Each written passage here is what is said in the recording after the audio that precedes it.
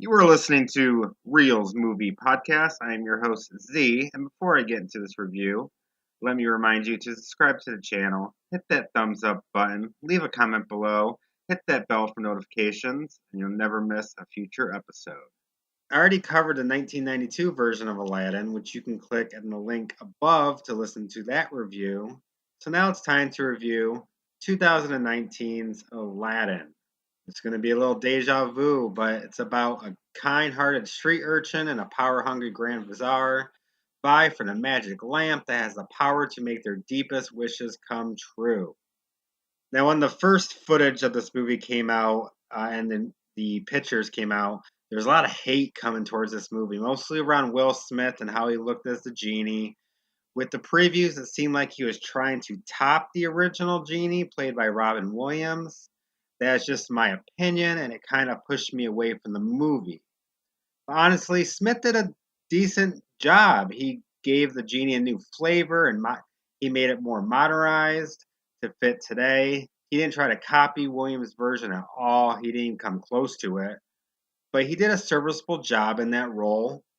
Even though the CGI as him as the big blue genie took some time getting used to, and sometimes it didn't look that great, the story did add some new flavor for him and actually gave him a love interest, which was a lot different compared to the original. He actually has something new to do. I did enjoy the interactions between Genie and Aladdin. Their friendship really helped the movie move along, especially through some dry spots. The acting did have some many good moments. Mena Massoud did a really good job as Aladdin. He had that cocky smile, the attitude you can actually picture as the live version of Aladdin. But I was far more impressed by Naomi Scott as Jasmine. She was top notch compared to everyone else. Her and Aladdin's chemistry matched the animated one, and you couldn't wait to the ending to see them actually get together. The only two issues I thought were bad with the acting were Jafar and the Sultan. Even though the Sultan isn't a dope in this one compared to the cartoon one, he was still dull and extremely one note.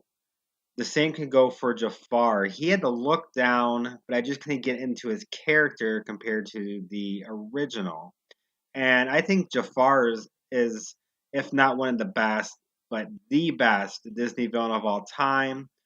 This version just didn't cut it for me, and he was very dull.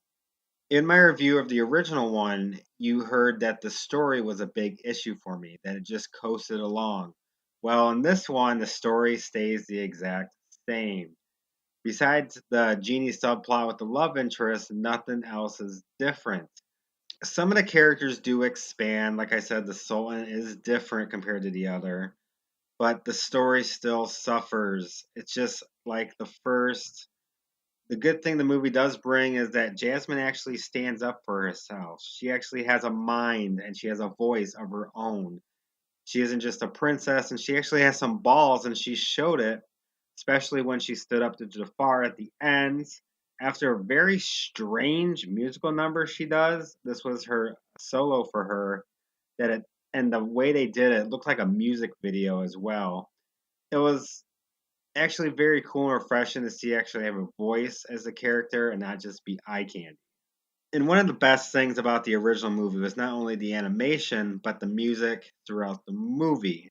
This one had the same thing, but the music seemed more like pop music to relate to today's music. I understand they wanted to change it up, but it felt very out of place for this movie. Everyone did a good job singing and they actually had some talent. It just seemed like the movie was very overproduced, especially on the music side. There was a lot of weird choices throughout the movie as well. They did the slow motion action scenes, and it just didn't come off really good and just felt very out of place and wrong, especially at certain instances. They even sped up moments at the very beginning of the chase scene with Aladdin and Jasmine that was just very annoying, and I didn't see why they would do it, but you can tell the actors moved faster than what they should have been. I'm not sure if that was the style that Guy Ritchie was gunning for, but it just didn't work. He's just not the right director for this, and it seems like very similar to Tim Burton and Dumbo, he was very handcuffed by this, by Disney, that he couldn't do stuff his own way. And he even wrote the story as well. It just didn't seem like a Guy Ritchie movie. I'm going to give Aladdin a C. Thank you for listening to this review. If you like this episode, make sure you hit that thumbs up, leave a comment below, subscribe to the channel, hit that bell for notifications, and you'll never miss any future episodes. I'll see you later.